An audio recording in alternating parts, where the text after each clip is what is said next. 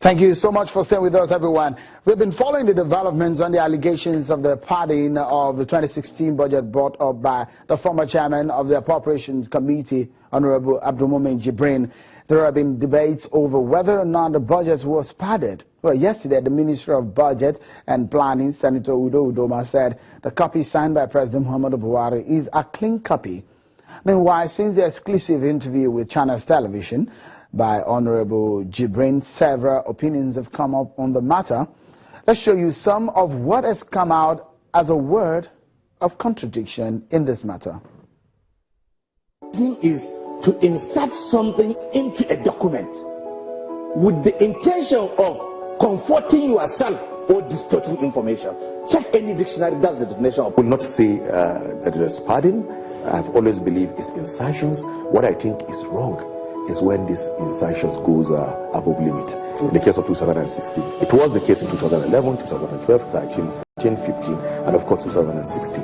The only difference is that in 2016, I saw the numbers of insertion in 2011, saw in 2012, saw in 2013, 14, 15, and 2016 it went completely off the board. It's that you people talk about budget padding. There is nothing like budget padding.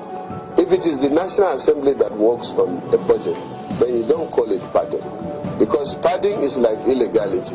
But when you tinker, add and subtract a budget, it's that you are working on the budget. See, these are two different things. Ndume knows about padding since when he was in the House of Representatives. Let him say the reality. Let him say the truth. I'm very sure Ndume was a member of the House of Representatives for many times, and he knows that there was padding. We asked them to look at the documents again, and when they finished, they now sent it back. It was a better document, and we felt, and the president felt able to sign. Absolutely, there were a lot of insertions that I took objection to. And it was passed. It was passed. In the document that was passed. In the document that was passed. I would say, authoritatively, that the budget was padded.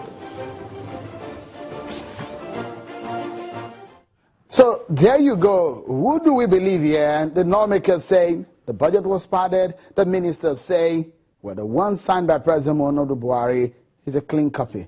Well, we keep tabs on some of these issues and keep trying and bring you up to speed as much as we get some of the facts. Well, let's take a holistic look at the nation's politics now. Since the APC won in April of 2015 and sworn in May of the same year, the line between opposition and the ruling party is largely blurred by the actions or inactions of both sides. Well, let's bring in an international perspective to the matter. George Agent, an international political consultant in election strategies, joins us on the program. It's a moment in the world where a lot of things are happening in the United States. We've seen what is happening there. The elections are coming in the UK. We saw Brexit and how the politics of the United Kingdom is playing out in Russia and other parts of the world. Let's take a look at Nigeria's democracy and Nigeria's politics now. George, many thanks for coming on the program. What can you say about the role of the ruling party in Nigeria, and from your observation, and of course, the roles of the opposition parties in Nigeria? From your observation, does it look like we're operating a multi-party system here in Nigeria? Well, I'm sitting here in Abuja right now, and so I've had an opportunity to observe what's been going on. And, having worked in some 20 countries, ranging from America all the way to Australia, of course, every country has its own particular dynamics. Here, you've made the transition to a real functioning two-party state. I think the trouble that's facing ABC at the moment is there wasn't some kind of grand ideology that brought together the three parties that formed APC. And so if there's frustration with policy, such as the budget issues that you mentioned, decline in revenues, other issues facing the country, that's going to cause strife within the party and could cause things to disintegrate. At the same time, PDP, as an opposition party, faces a daunting task because they're making that difficult transition from being in power for a long time to now being in the opposition. Now, what typically happens is you'll have a consensus on who will lead the party afterwards. That clearly is not at all the case within PDP. And so while PDP should be well positioned to take advantage of some of the shortcomings of the Buhari administration at the moment, they find themselves unable to do so simply because they can't agree on who their leader should be, how to form something that resembles a shadow cabinet so that they can take the existing ministers to task.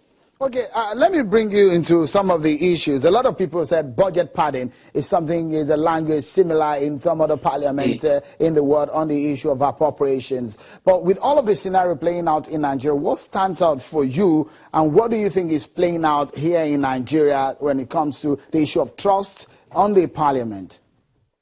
Well, I'll say I find this whole discussion a bit ironic coming from the American point of view. You know, we're working with clients here in Nigeria as well as coming from the American point of view, because in the U.S. we have the same sort of thing. It's called earmarking, where representatives can put studies of pink butterflies for $60 million that can only be done at some small college in their particular district. So that's not altogether different from what we see in other legislative processes. However, we look at the amount.